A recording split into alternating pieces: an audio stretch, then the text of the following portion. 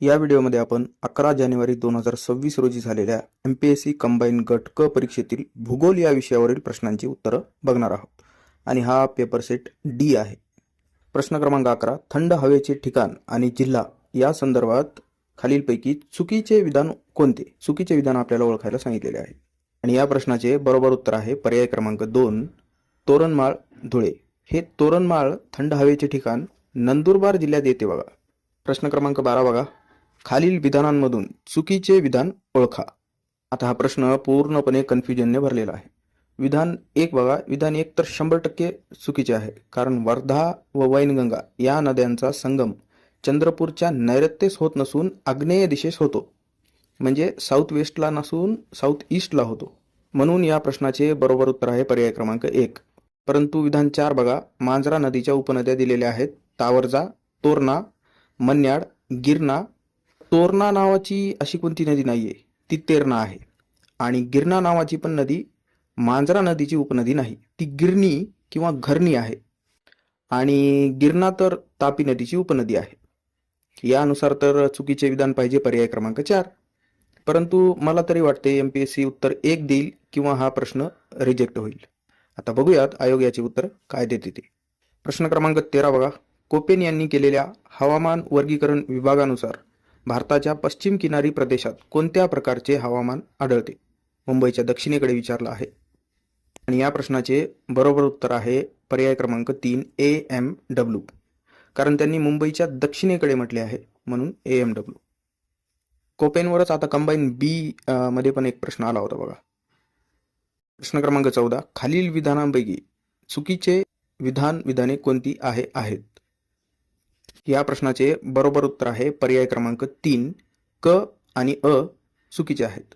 कारण अ बघा, त्यामध्ये काय म्हटले आहे ते, उत्तराखंड, उत्तर प्रदेश, बिहार, पश्चिम बंगाल आणि मणिपूर ही भारतातील राज्ये नेपाळी सीमेला लागून आहेत. यातील मणिपूर नाही आहे बरं, तर ते सिक्कीम आहे. त्यामुळे हे विधान चुकीचे ठरते. ब तर विधान बरोबरच आहे. क विधान बघा, भूतान हा देश नेपाळ या देशाचा शेजारी आहे. हे चूक आहे, कारण मध्ये आपले सिक्कीम राज्य आहे, त्यामुळे ते असे प्रत्यक्ष लागून नाहीत. त्यामुळे या प्रश्नाचे बरोबर उत्तर आहे पर्याय क्रमांक 3, क आणि अ चुकीचे आहेत. प्रश्न क्रमांक 15 बघा, योग्य जोड्या जुळवा. एकीकडे खनिजे दिलेली आहेत आणि दुसरीकडे उत्खनन क्षेत्र. आणि या प्रश्नाचे बरोबर उत्तर आहे पर्याय क्रमांक 3, मँगनीज चिखला येथे भंडारा जिल्हा, लोह खनिज सुरजागड गडचिरोली जिल्हा, बॉक्साईट उदगिरी कोल्हापूर जिल्ह्यात आहे ती, क्रोमाइट जानोली सिंधुदुर्ग जिल्ह्यात.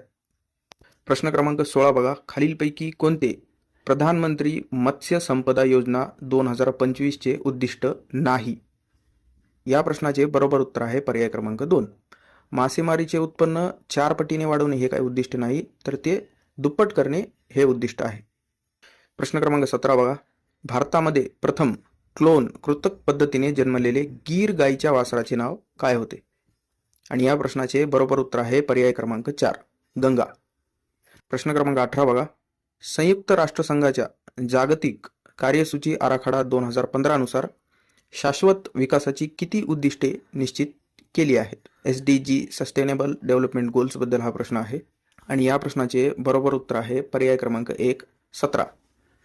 2015 मध्ये जागतिक नेत्यांनी शाश्वत विकासासाठी 2030 हा अजेंडा स्वीकारला, ज्यामध्ये 17 शाश्वत विकास उद्दिष्टे SDGs आणि 169 लक्ष्ये समाविष्ट आहेत. प्रश्न क्रमांक 19 बघा, यमुना नदीच्या उपनद्यांना पूर्व ते पश्चिम अशा क्रमात मांडा.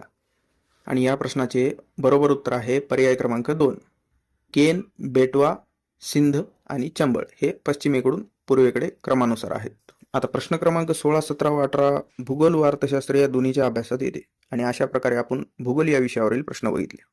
धन्यवाद.